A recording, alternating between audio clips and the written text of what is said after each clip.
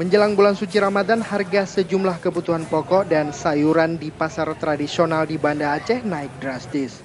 Kenaikan paling parah terjadi pada gula pasir, telur ayam, minyak goreng, dan tepung terigu. Rata-rata kenaikan berkisar 20 hingga 40%. Pedagang meminta pemerintah segera turun tangan mengendalikan harga.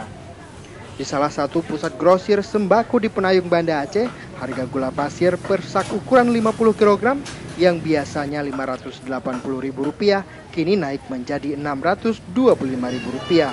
Harga telur per papan atau 30 butir yang biasanya Rp28.000 kini naik menjadi Rp34.000.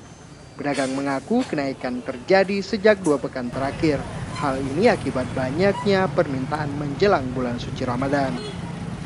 Kenaikan juga terjadi pada harga sayur-sayuran. Harga cabai merah dari Rp30.000 per kilogram naik menjadi Rp36.000. Tomat dari Rp8.000 naik menjadi Rp12.000. Kenaikan pada sayuran ini terjadi akibat berkurangnya pasokan dari Sumatera Utara. Ramli, salah seorang pengusaha sembako grosir di Banda Aceh, mengaku kenaikan harga sangat drastis ini akibat tidak adanya pengawasan dari pemerintah. Menurutnya, kenaikan menjelang bulan suci Ramadan lumrah terjadi. Namun dengan adanya pengawasan dari pemerintah, harga dapat dikontrol sehingga tidak menyulitkan masyarakat. Kita merasakan bahwa kenaikan sudah 2 minggu yang kemarin. Kita 2 minggu yang kemarin sudah pergerakan sudah mulai nampak itu sekitar 30-40%. Ini luar biasa memang. Seharusnya apa yang dilakukan oleh pemerintah untuk menstabilkan harga? Sementara pemerintah sebenarnya kalau dia berpikir lebih awal, pemerintah menjaga hal ini. Karena kan semua ini adalah tergantung pada pemerintah.